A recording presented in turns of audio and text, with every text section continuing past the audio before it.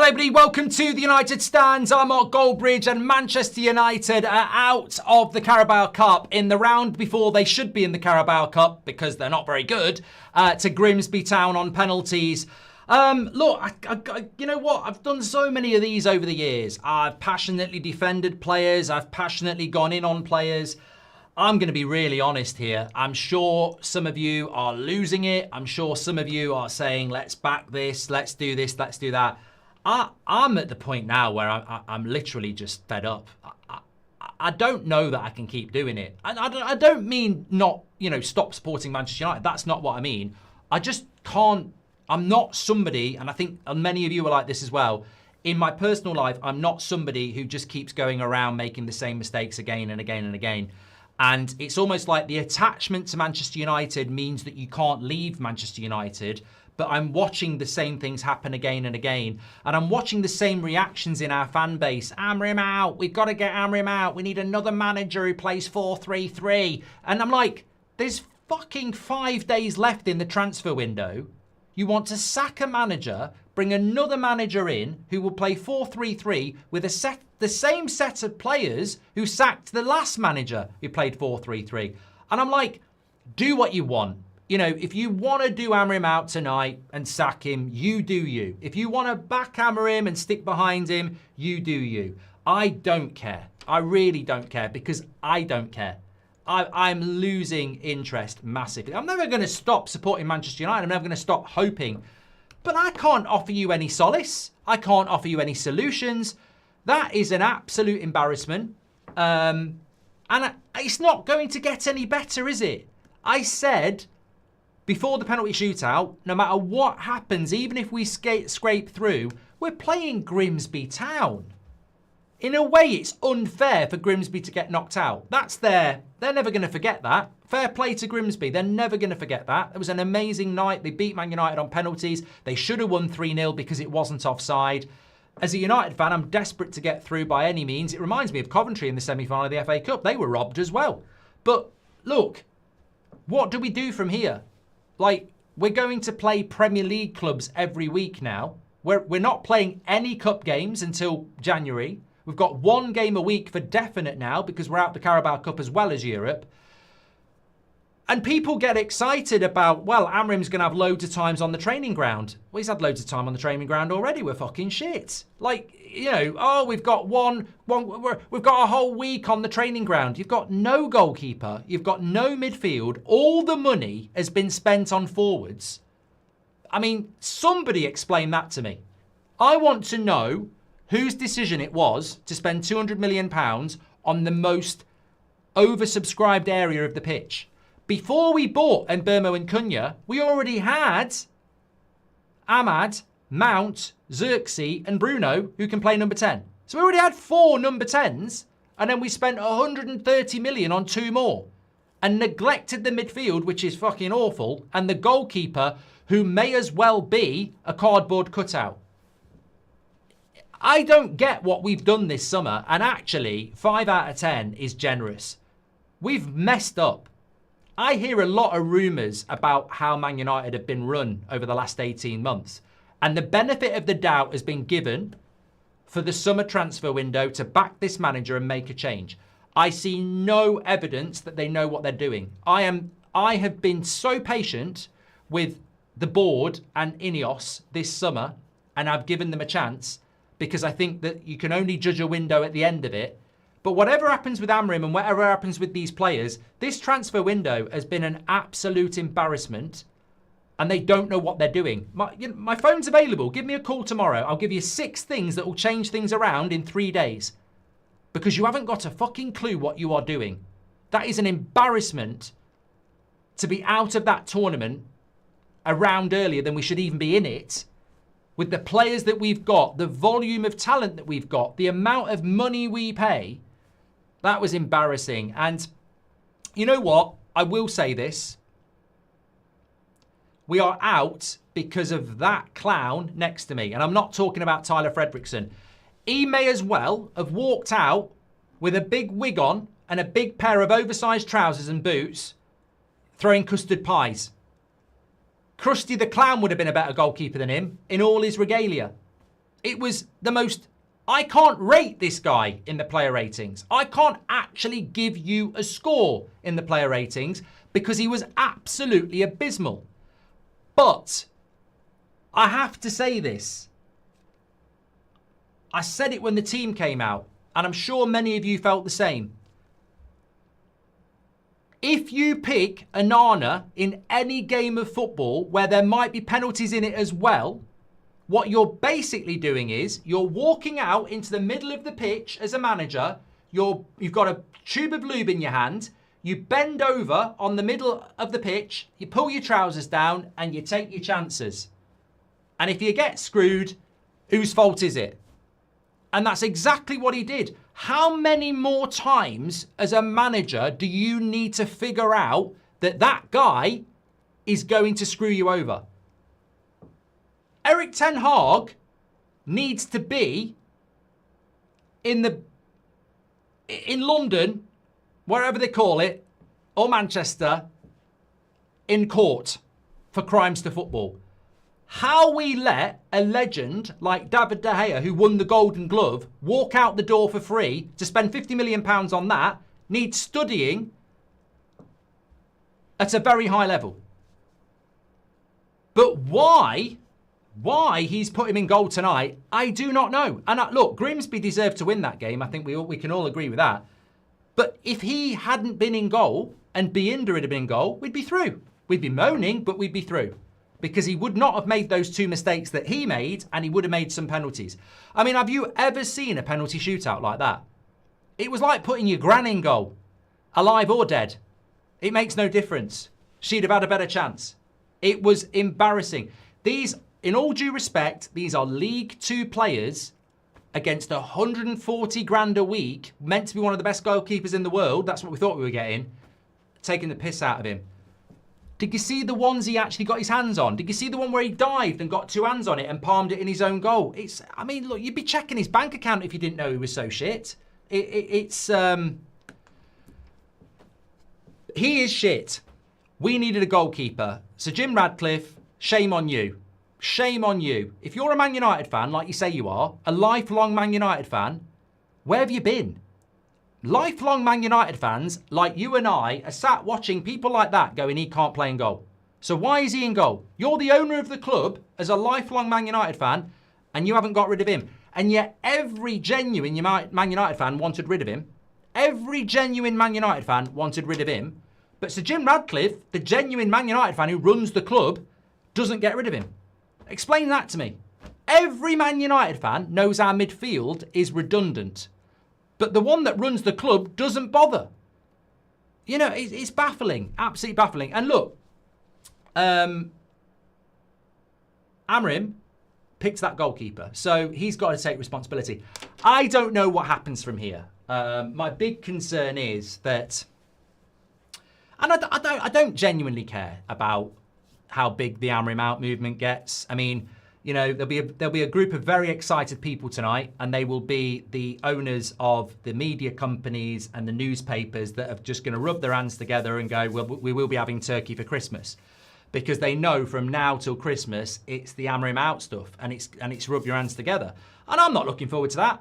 I'm not looking forward to that. I'm loyal to my club. I'm loyal to my manager. I'm loyal, you know, I don't want to get back on that cycle of replacing the manager. I think it's the worst thing we can do. Because we've just spent, you know, it reminds me of last year. You spend £300 million on Ten Hag, you sack him within a couple of months, and you've got a load of Ten Hag players, you bring a new manager in, and they've got to pick up the pieces. And if you sack Amrim, you've not only got the £300 million of Ten Hag players, you've got the £200 million of Amrim players in the space of basically 12 months. So the next manager comes in with £500 million spend that's not his. And £800 million of debt. And a stadium that needs to be built. And I just go, you know what? If we're going to do that, let's do it. You know, I don't know Ruben Amrim. If you want to sack him, let's sack him. But oh my God, the next guy, I feel so, you know, what's next? I get fed up of saying, I don't think we've hit the bottom of the barrel. And people say, well, we surely have. We lost to Spurs in a final. We finished 15th. It can't get any worse. It bloody can. Of course it can. It can get worse. It can definitely get worse. This season's meant to be about getting back into the Champions League because Arsenal are buying players every fucking week. You know, Liverpool are going to spend over £150 million in the next couple of days. These clubs are minted because they're successful. We're getting worse. I don't know what the future is for Manchester United. I really, really don't. So I don't know. I mean, look, Cameron says surely he's got to go. I don't think he does, mate. I think some of you want him to go. If you want my honest answer, taking my feelings away, I'm not sacking the manager, by the way. Boo! I'm not sacking the manager. I just think at some point you've got to go, okay, it's not going well, but we dig in. We dig in and we keep going. You know, we keep going on this journey. It's stubborn, I know, but I would do it because we've never done that. But do I think Sir Jim Radcliffe will sack Ruben Amorim? No, absolutely not. This is the guy they sacked Ten Hag for. They didn't want Ten Hag. They wanted Amorim. They've gone with Amorim. They can't sack their guy without looking completely incompetent. It makes them vulnerable. So I don't think they're going to sack Amorim. I think things could get very bad. You know, if we lose to Burnley at the weekend, I think things start to get very, very bad, especially with Chelsea and Man City coming up after the international break.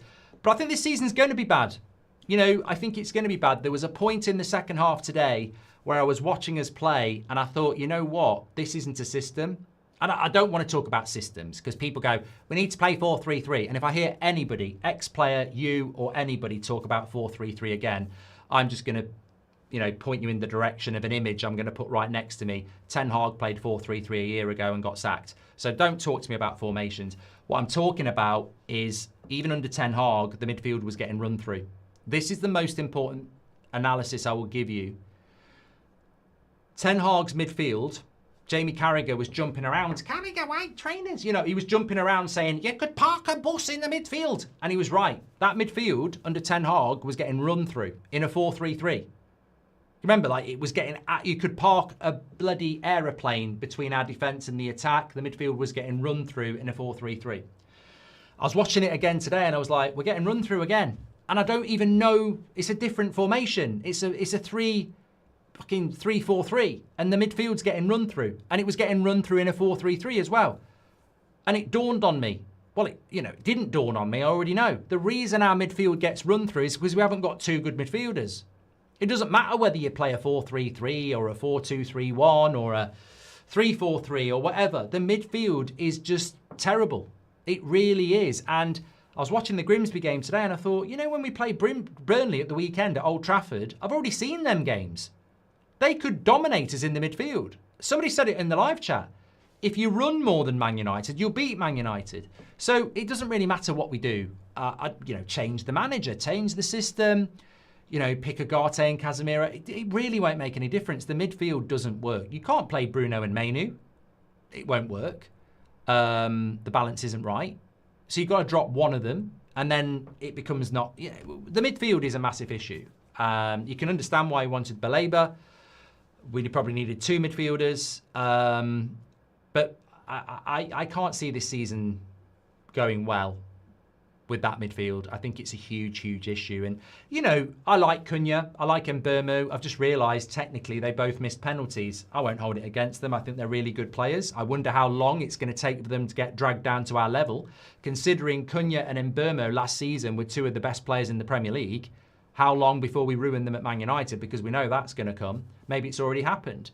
But I do question why, as much as I like Mbeumo and Cunha, why you would look at this transfer window. And questions need to be asked of Barada, Wilcox, Amorim, Fivel.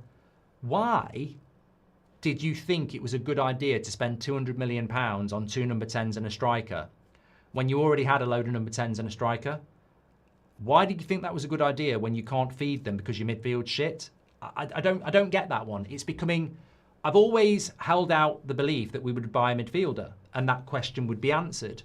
But this window is very close to closing. And if this window closes without a midfielder, I'm like, what the hell are we doing? It doesn't make any sense to me. And yeah, it's a problem. But look, with regards to tonight, you must make your own mind up. Of course you must, as you should in any case. But I will always be honest with you. I've almost checked out in the sense that I can't fight an opinion. I can't fight the Amrim outers and I can't support the Amrim inners. I'm just sort of like, I'm tired of it. I don't necessarily think that sticking with Amrim is going to lead to success, but I think sacking him will definitely lead to more decline. I mean, with every manager we sack, I said this after Ten Hag, every manager we sack, the gap gets smaller. You know, with Jose, it was 2.5 years. With Ollie, it was just under 2.5 years. With Ten Hag, it was even less than that. And now with Amrim, it might be 1 year. And it just keeps coming down. But that's natural. It's not your fault. It's not your fault. You've become indoctrinated like I have into failure and figuring out that things aren't going to work quicker. So the patience that we need is becoming less because we're becoming more and more frantic and more agitated. And we're not going to be patient. And this is a symptom of 20 years of the Glazers. You know, why the Glazers not being spoken about? I've not even mentioned the name. Like, Manchester United Football Club is in huge debt. Manchester United Football Club has been run into the ground and we still get locked in on managers. And, you know, it's a fair point and I will repeat it. When we appointed Amrim, I was very excited. I was like, you know why I was excited? Because the first thing that came into my mind was I thought he was going to Man City. And then the second thing that came into my mind was we've always played with a back four. And I thought, I actually quite like that we're a back four. I actually quite like the back four. When I've played football or coached football, I've always played a 4-3-3. I like wingers. I like a back four. But then I thought, you know what? The great thing about bringing Amrim in is that his system doesn't suit our squad. So if they're bringing Amrim in, they're obviously going to spend a shitload of money. And I like the way Sporting play. And if they're going to spend a shitload of money, this could be really exciting. So that was what I thought when we got Amrim. I was like, well, we haven't got the players for him. I don't really like not playing a back four, but they're clearly going to spend a shitload of money. Here we are, nearly a year later. They haven't spent a shitload of money.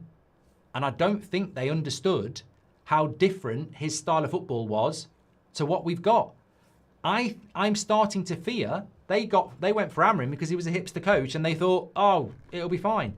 Because their understanding of football is so shallow. Because have they actually appointed a manager and thought through what they need to do to make him successful? Because they haven't done it. I mean, who brings in a manager who plays like Sporting to Manchester United with that set of players and doesn't think, I'm going to need to buy midfielders.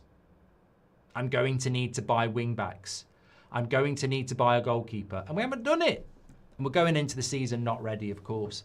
As for the game tonight, we'll do the player ratings in a minute. To be honest with you, look, we have been here before. I can't sit here and go, I'm shocked, I'm outraged. It's the worst thing ever. Sack the manager and the board tonight. It's the worst night of Manchester United's history. Oh, whatever. We lost to Derby County on penalties at Old Trafford. Pink boots. You know, we lost to MK Dons. We've had these things happen before. The big issue is the frequency with which it's happening. Like, this should happen once every 20 years. It's actually happening. I'd hazard a guess that it's happening every 2 or 3 years now. So I can't sit here and say I'm shocked. I can't even say it's the end of the world, because actually this is what we are. I said it at the start of the season, didn't I? And I have to repeat this. I have never known a season in my life as a Man United fan where I've said 5th would be good. Never. Never. Under Ten Hag, Ollie, Jose, certainly not Sir Alex. I have never said at the start of the season 5th would be good. Because I know we've got no chance of top 4. Even last year with Ten Hag, I was saying, yeah, we've got to be in the top 3. That's what we are now. Like, no way would I put us in the top 4. This is what we are. Whether it's under Amorim or the next manager, or more pertinently, under the ownership of the Glazers and Sir Jim, we're out the Carabao Cup in the very first round, and nobody's going to put us in the top 4. And we're having an absolutely shit transfer window. Welcome to Manchester United. So that's what I think about tonight. Realistically, are we really surprised? We're disappointed and we're angry, but are we really surprised? Because that's what we are now. This is what we've become. And I think ultimately, if you love football, and I do, And obviously we've got That's Football, and I watch a lot of football over there, and we're doing the Bundesliga, and you're learning about stuff. I have to say, as I take a deep breath, fair fucks to Grimsby. You know, to be fair, when that game kicked off and I could see the burger van and the ambulance and the old stadium and people watching from their windows, I thought, Man United are in town. The romance of football. And fair play. They actually should have beat us 3-0. That should have been a goal. And fair play. They actually scored and played well, no matter how shit we were. So, look, my thoughts on the game are, analytically, we've just lost to a League Two team who deserved to beat us. You know, they did. I'm not going to take anything away from it. It would have been a smash and grab to get it. We didn't do enough to win the game. And as we know, we had an absolute circus act in goal. But my bigger issue really is, you know, it's going to get so embarrassing this season. Like, you know, when European football hits and we're not playing. And you know when the Carabao Cup comes up and we're not playing, because that's a few midweek games. I think that's 3 or 4 midweek games before Christmas. Forget that. This season's going to be very hard, very, very hard to work through, because I don't see any signs of improvement. The scariest thing for me is that, you know, on the US tour, there was a lot of winning team photos. There was a lot of people coming out. This is the best pre-season we've ever had. There's a lot of people saying, you know, we've never felt so good or together as a team. And I never fell for it. I wanted it to be true, but I never fell for it, because I knew that it's easy for these players and this squad to talk up when things are going well. It's when things aren't going well. And we've seen it. We've seen it tonight. Like, when things start to go bad, people start shooting from distance. They keep the ball too long. The mentality just isn't right. And I you know, I sort of look at it now and I go, our best chance was the Glazers to fuck off and somebody to come in and clear the debt and inject money. Reset. That was our best chance. Now, I don't know. I don't know. Even if Sir Jim Radcliffe sat there fuming, going, we've got to buy players. He can't buy players because he doesn't own the club. The Glazers do. So I think we're massively hamstrung as a football club. It doesn't matter how well Sir Jim and Joel Glazer get on. The Glazers don't really want to spend. They've got to build this stadium for the government to make a load of money in a decade, get Beyonce round. We need to be in the Champions League. I'm not saying it's impossible that United could get top 5, but it is. Like, the midfield is just not. We're not. One of the things I would also say is that regardless of the manager, whether it's Jose, Ollie, or whoever, we don't play good football, do we? Yeah, we don't play good football. I was watching this today and I was like, we don't play good football. We never play good football. Like, we never. I think 5 minutes against Fulham on Sunday, I was like, whoa, what's this? I should have bloody framed it. We don't play good football. So I don't know. I mean, look, teams lose games and they bounce back. Sir Alex Ferguson lost games and you bounce back. But when we lost that Europa League final, I remember doing the match reaction. And when we lost that Europa League final to Spurs, and people were talking about sales, I specifically remember a point in it where we were like, Garnacho's going to go, but he didn't start anyway. Rashford's going to go, he's not been here for 5 months. Anthony's going to go, he's not been here for 5 months. Malassia's going to go, he's not been here for 5 months. And Sancho's going to go, he's not been here for a year. There's 5 players we're going to get rid of this summer that are nothing to do with that Europa League final. They all need to go. They're all a bunch of shithouses in their own way, but they all need to go. And I'm not saying Malacia and Rashford are shithouses. What I mean is, like, they needed to go. You know, they're on the pitch, didn't perform, whatever. You know, Malacia couldn't cross his legs, etc.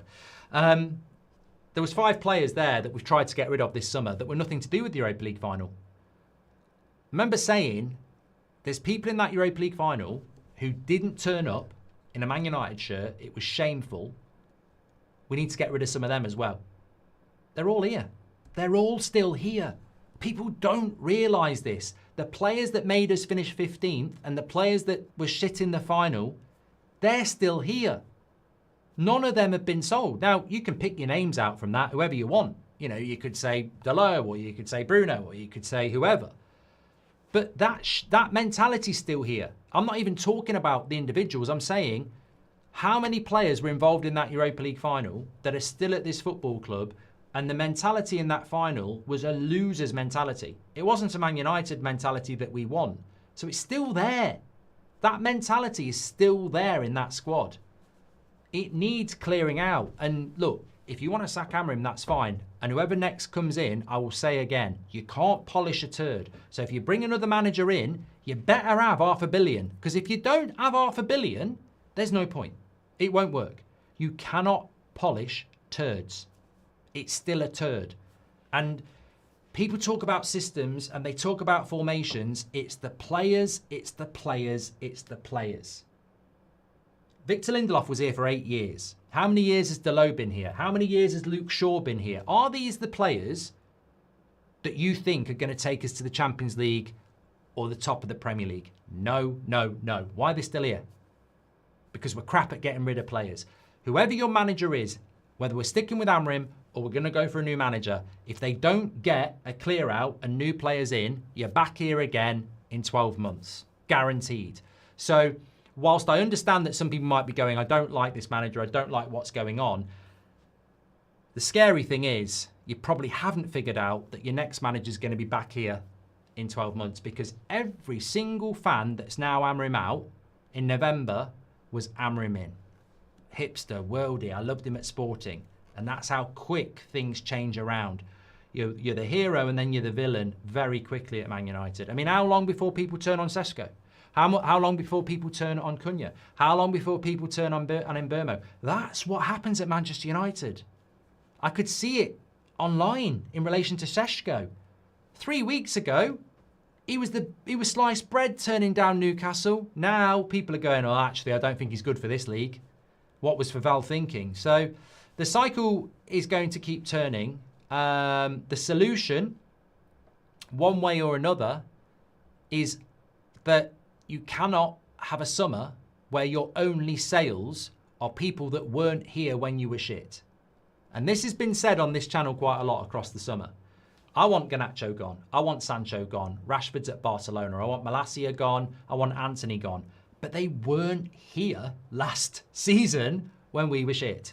So that means if they weren't here when we were shit, then there must be some shit players that are still here that we need to get rid of. And we've got 4 days left in the window to do it. So as I said at the start, I'm sort of checking out here as to emotionally how much more can you give to a club that's not giving you anything back. And I think that's how I felt at the end. The players aren't going to feel like us. They never do. The club aren't going to feel like us because they've probably made a shitload of money over the summer from shirt sales and touring and everything else. So the only people that ever suffer are you, and you're a voice singing in the darkness that no one wants to listen to. So I would say, you know, a little bit of clarity is really important as a United fan like right now, because no one's listening and it just keeps happening. And I just had a minute after the game today where I was just like, you know, what's the point in screaming and shouting? No one's going to fucking listen. And if we do scream and shout for another manager, they're going to be back here anyway. I've got absolutely no confidence in United getting back any time in the next decade. I know that's a horrible thing to say, but I don't see anything that's going to change it. The debt's still there, by the way. We've got to build this new stadium. We can't compete with the Liverpools and the Arsenals. And our squad's, our midfield isn't even a top 10 Premier League side as well. Let me read some of your comments and then we'll do the player ratings. Mark, surely he's got to go. No press program. I mean, Cameron, I've answered that question, to be fair, from Cameron. I don't think he will go, no. I think that you don't sack the manager. I don't sack the manager. Ineos sack the manager. And I don't think they will want to do it. We need to stick with Amorim and clear the crap. Patience is key, says Andy. I hope they do that. You know what? The definition of insanity is doing the same thing over and over again every time we've sacked a manager. And I've always said to you, I wish we'd kept, in hindsight, I wish we'd kept Jose.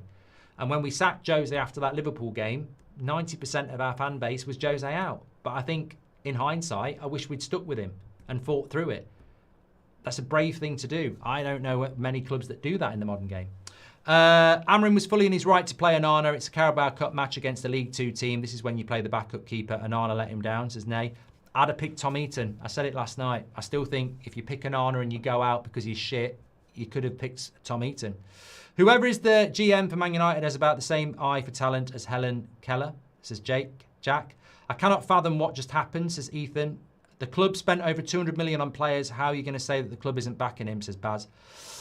Just a bit of a waste of a comment, really, mate, because I've just spoken about it. We didn't, the club could spend $500 million and not back the manager if they spend it on the wrong players. We should have faith in top performers. And also, mate, very, very quickly, just to answer your question fairly, nobody in living memory said we needed 3 players. They said we needed a minimum of 5. Last time I counted, we've only bought 3. We should have faith in top performers, and yes, let's chop the managers twice a season until we get it right. No more of this blind faith or 3-year plans as Manchester Reds. I don't actually think it's the 3-4-3, but how Amram uses the players he has, which shows low IQ. However awful that midfield is, it should be good enough to beat Grimsby, says Demetrius. We need a better team before we sack the coach, says K-Ray. Amram lacks tactical flexibility, says Ben. I disagree. I think in the second half, if you can't see the tactical flexibility, then you're never going to see it. I mean, Ahmad was basically a winger in the second half. What's his name? De Ligt was basically a right back. Mount was playing as a winger. There was a lot of flexibility in that second half. It wasn't a rigid 3-4-3, but we still lost. So, I don't believe in the formation or the system argument anyway, but we definitely showed flexibility in the second half, but it didn't work anyway. I'm not hammering him out, but he needs to adopt the formation according to the match. 3-4-3 is not going to work in every game, says Anwar. It should be working against Grimsby, mate. Just a reminder what Amram said, we proved today that we can win any game in the Premier League, especially against a great team like Arsenal, says Basham. Yeah, but you know what, Bashman, I don't think any United fan's going to be riled up by that. We all said it after Arsenal. We know we can beat Arsenal, and I know Arsenal beat us, but we know we can beat Arsenal. We know we can beat Man City because we've done it with Ten Hag, we've done it with Ollie, we've beat Man City with Amram, and we beat Arsenal with Amram. Man United can beat the big teams. It's the Bournemouths and the Grimsbys that we struggle against. Gareth Southgate is waiting. Oh, God, Neil. Oh, God. I think I would quit and just do that's football.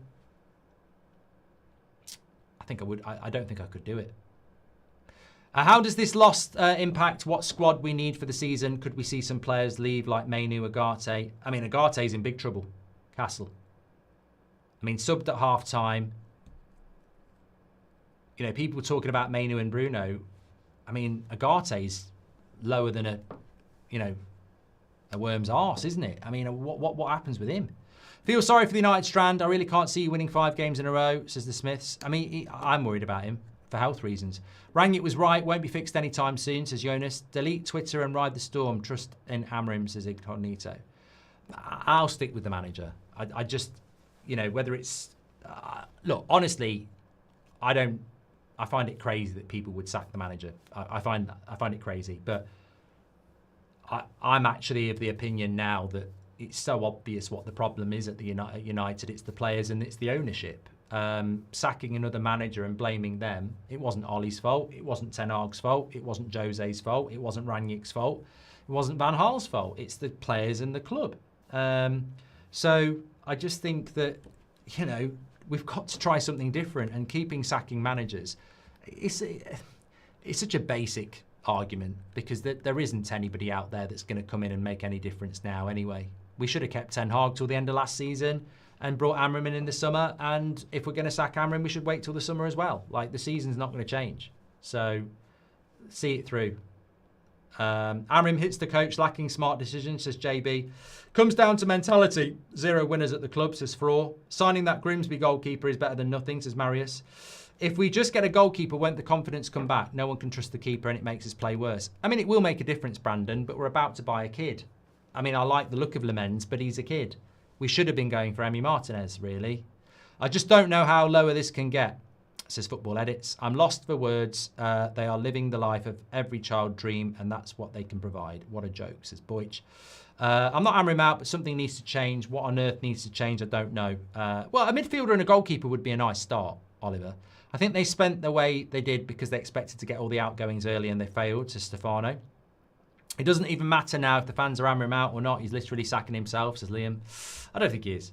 Amram doesn't need to go. He needs to adapt. Grimsby should be a big lesson learnt, says the Keystone. Appreciate you fighting for the real fans always, says Pizza. Is it bad that I'm sitting here staying? Here we go again. Can't dispute the manager outers, but I'm going to back Amram, says Double D. We are destined for the championships, Bartley. Genuinely, at this stage, what are you thinking? The chances are we get relegated, says Jack. I mean, look. The reality is we drew at Fulham and we lost to Arsenal 1-0. Like, there is a context there. The Grimsby result is crushingly embarrassing. But, you know, it's going to be difficult against Burnley on Saturday. But if we win, we've won one, drawn one, lost one. And we've lost to the team that's probably going to, you know, fight for the title. So, you know, it's not panic stations quite yet. But the writing might be on the wall. Why do we have keepers that jump like squirrels from a high distance? If you don't laugh, you'll cry, says D. Dunn. I mean, the only thing that could have made it a little bit better was if Onana had missed the penalty. Because then we could just really blame it all on him. It's a shame it had to be. And look, if Cunha scores that penalty, we're through, by the way. But I'm clutching at straws. Ashworth plan was a warning, says Keel. Man United dropped out to focus on the relegation battle, says Arctic. Why was Sesko 10th penalty taker? I don't know, John. Confidence, maybe. Amram out for me, picks the team and the tactics. We lose to Burnley and his days are numbered, says Glenn. Ollie era seems like Sir Alex era now in some way. It's getting worse with every manager, says Vishal. Our coach is not as involved with transfers as before, says Ami. I'm seeing progression in Onana. We just got to stick with him, says Richie. Yeah, right, Richie. 5th would be a goddamn miracle, says Nick. Every player bar, very few, needs to be fined a whole month's wages, if not more. These players are an absolute disgrace, says Yusuf. Addy on Twitch, thank you very much for subscribing. Becoming a member, sorry. I was hammering in, but it isn't working, let's admit, says 5 Cantonars. Let's be honest, we are all clueless from the top, says JB. Onana isn't picking himself, it's on Amram, says Bookshot. Got pulled over on the way to college and had to watch this shit show, says Rock. 1, 2, 3, maybe 4 players playing bad is on them, but when there's only 2 or 1 player, it's the system, says Hader. Is there still time to get Donnarumma? He ain't going to come to us, George. What now then, says DV. Burnley. Hammer him in as long as he never plays an Onana again, says Demo. If Agate and Mainu can't control a match against Grimsby, then what future do either of them have for United, says Michael. Yeah, and you know what? This is why you need a midfielder, because Agate was bought by Ineos and Ten Hag. Casemiro was bought by the Glazers and Ten Hag. Mainu's come through the youth, and Bruno, you know, he's playing out of position. It's not that hard to figure out that we need midfielders. I'm stunned we didn't get a midfielder, but you know, what do we know? We only know what the problems are. Onana saving 1 at Grimsby, jinx Cunha by hugging him before his pen, says Faisal. Right, should we do the player ratings? Because I'll be here all night otherwise, and I do just want to cry and go to bed. And wake up tomorrow and hopefully see some transfer business, because that's what normally happens after a bad result. I don't want Amram to go, but I think tonight has damaged his chances of lasting the season. Would you go and bid 30 million for Kelleher? He's already at Brentford, mate. Can't do that. How many have played their last match today, says Love Hate Games. Just watched Amram's post-match interview. His head's gone. Well, I was just going to, just before we do the player ratings, I was just going to grab you some of his comments, because hopefully they will provide some inspiration for us at a moment where I think many of us are just very confused. He says, I'm truly sorry for the fans. We were completely lost. I don't know why they had so many spaces. We started without intensity.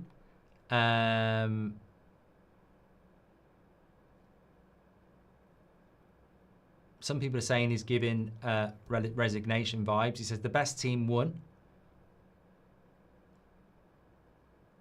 I mean, he has threatened to go before. I mean, that might be something. That you know, we've not had that before. If he decides to go, you know, you don't need to be hammering him out. Like, if Amram decides to go, if the job's just too big for him or it's impossible or whatever, I mean, that would be bad. But I I don't know. Nothing surprises me with United. It wouldn't, honestly, it wouldn't surprise me if we bought Lemens and Baleba tomorrow. Nothing surprises me with United anymore. I mean, one question I do want to answer is the Manu thing. I just think that, like, we're very aware of how, look, we just had a Carabao Cup watch-along against bloody Grimsby, and we had 125,000 people watching. That's the potential of Manchester United. Like, we're still a huge, huge club, but we're being run so badly. And, you know, you look at the last 48 hours with Manu. Manu was always going to start this game, and Amorim likes Manu, and Manu wants to stay at Man United. We've had 48 hours of a bloody, bunch of journalists, witch hunt, basically destabilising the club. And at some point, we need to realise that all this shouting and destabilisation impacts what we are as a football club on the pitch. We are a mess. And it's really difficult to figure out how we don't become a mess, because there's so much noise around us all the time, and most of it's just not true. So I don't know. I don't know. I don't know. I mean, somebody said to me, what did you think about Manu tonight? Well, I'm certainly not going to cash in on Manu. But what I saw from him today is exactly what I've always seen from him. There's immense potential there, but he's certainly not ready. You know, if he was ready, then he, like many other players, would have dominated that game because he's a Premier League player in their league too. But I certainly don't think he played badly. But I don't think he's ready to come in and solve our problems. I think he's a player that he needs to be part of our midfield. I don't know whether he should even be starting, but he should be getting more minutes. But Manu needs somebody next to him like a Rodri. You know, Manu needs a McAllister next to him, or a Caicedo or someone like that. He doesn't need a bloody Bruno Fernandes next to him. That's the problem. Let me do the player ratings then. Please do subscribe to the channel, by the way, bottom right hand corner. Thanks everyone who's been tuning in. I despise doing the player ratings on a night like this, but if you want to do yours, you can do it. Get registered, and you're ready to do it for the rest of the season. It's really difficult to do this. There's not a lot. You know, I sympathise with everybody because there's nothing. We've just gone out to Grimsby 2-2. You can't really give any. I don't know. I'll give my honest player ratings and take into account yours. 1. You know, to be honest, both goals should have been saved. The penalties were an embarrassment. And what more do you want me to do? A 1 for our number 1. Fredrickson, look, he's a young kid, and I'm not here, and I never have been here to, you know, destroy youngsters' confidence. So I gave him a 5. He was definitely below a 5, but he's a young player, and he really struggled. He really did struggle in a game like that. But I'm not going to, you know, young players, it's more acceptable.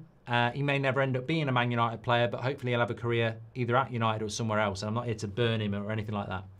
Maguire, I mean, look, I'd say he was probably a 6. You know, he gets it. I don't think he had a great game, probably because he had so much going on around him. And you've got a Pratt in goal, you've got a kid next to you, 2 kids next to you, you've got a midfield that's getting run through. But the mentality to stay in the game and score the goal, I would say, for me, he was probably our man of the match as well. Heaven, probably a 5 as well. Probably a 5.5 for me. I think he was better than Fredrickson, but, you know, it was a difficult game for him as well.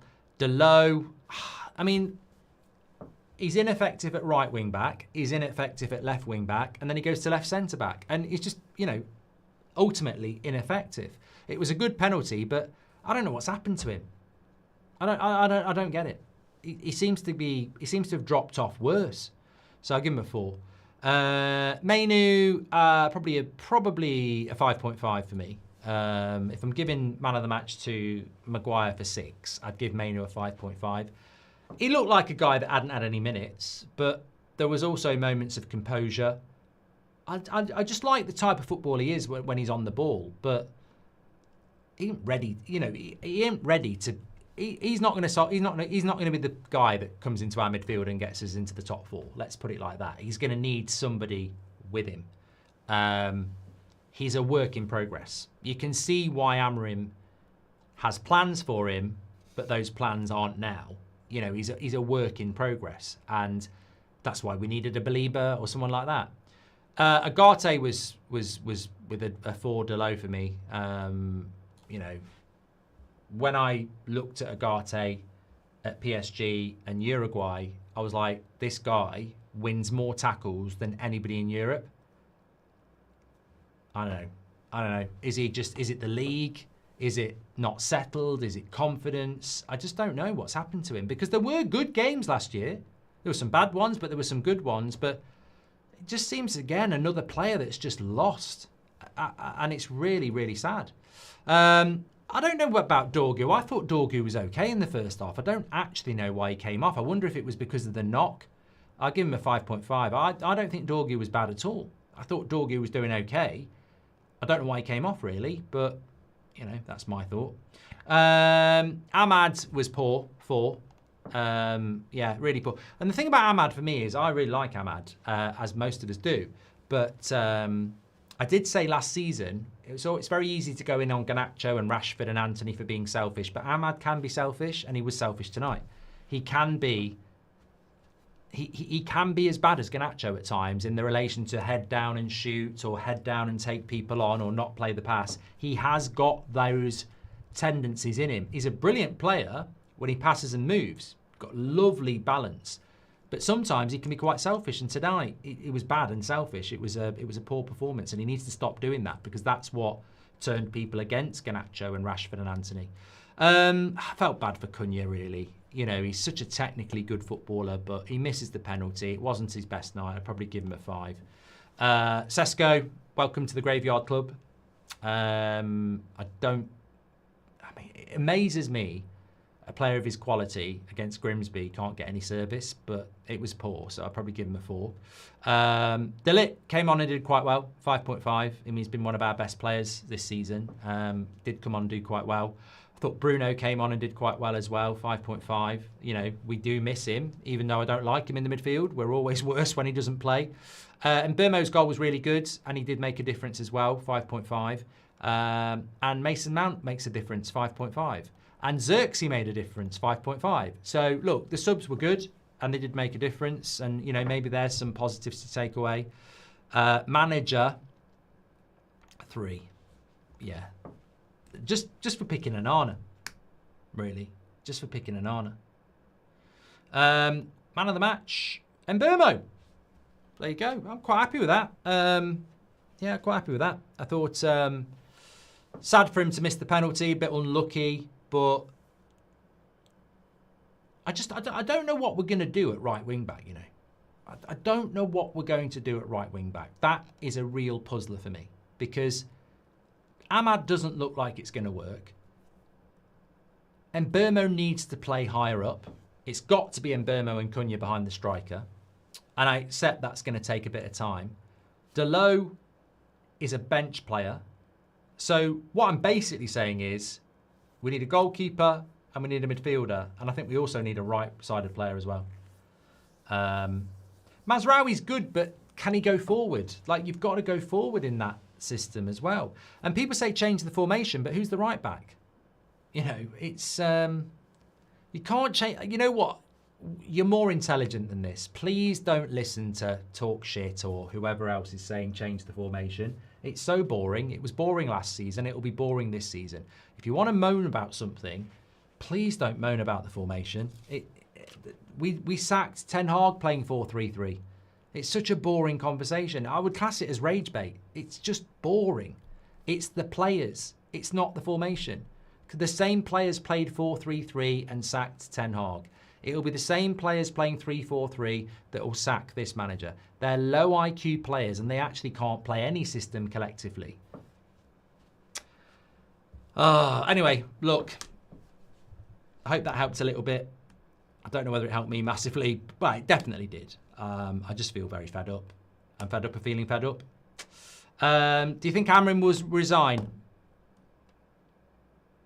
I think if he resigns, it's a big problem for Manchester United. It's it would be more about, I mean, I'm sure if he resigns, you know, If he resigns, he's basically saying he can't do the job. And if he can't do the job, we know why he's resigning, because the club's fucked. I mean, I don't want to get into stuff that you hear about the club, but, you know, a lot of people have signed stuff to say that, you know, it's just not worth talking about, really. Go for a walk, says Matt. Yeah, I think I might. Thanks everyone for watching anyway. Please do subscribe. We're back tomorrow at 10 o'clock. Look, whatever happens, we're Man United fans and we have to carry on. And whatever happens, there are still 4 days left in this window. And whatever happens, there is a game on Saturday. And there is always hope. But we've got to get a goalkeeper and we've got to get a midfielder. And if we're not thinking about that, we're surely thinking about it now. Take care, everyone. Stay safe. I'll speak to you all soon.